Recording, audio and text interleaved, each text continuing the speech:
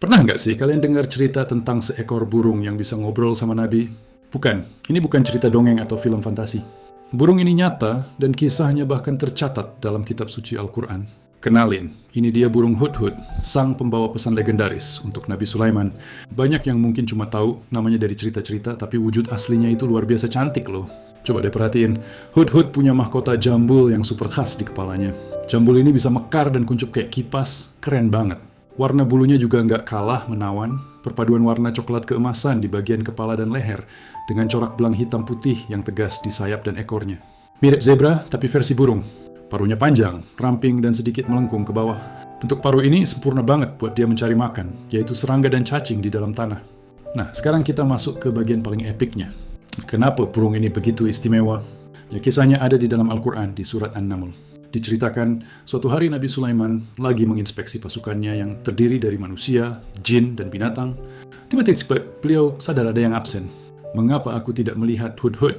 Apakah dia termasuk yang tidak hadir? Tanya Nabi Sulaiman.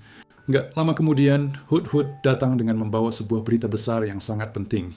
Dia baru aja terbang jauh sampai ke negeri Sabah, sekarang dikenal sebagai Yaman.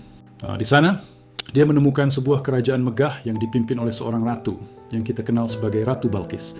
Yang bikin Hudhud kaget, Ratu Balkis dan rakyatnya bukannya menyembah Allah, tapi malah menyembah matahari. Mendengar laporan cerdas dari Hudhud, Nabi Sulaiman nggak langsung percaya.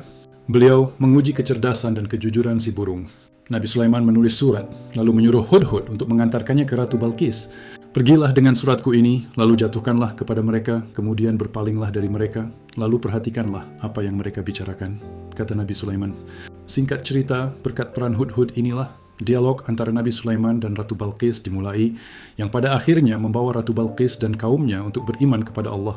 Kisah ini bukan cuma nunjukin kalau Hudhud itu burung yang cerdas dan pemberani, tapi juga ngasih kita pelajaran berharga tentang pentingnya mencari informasi, memverifikasinya, dan keberanian untuk menyampaikan kebenaran.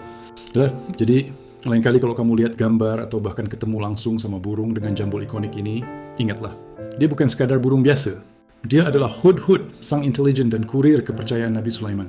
Makhluk kecil yang punya peran besar dalam sejarah. Keren kan?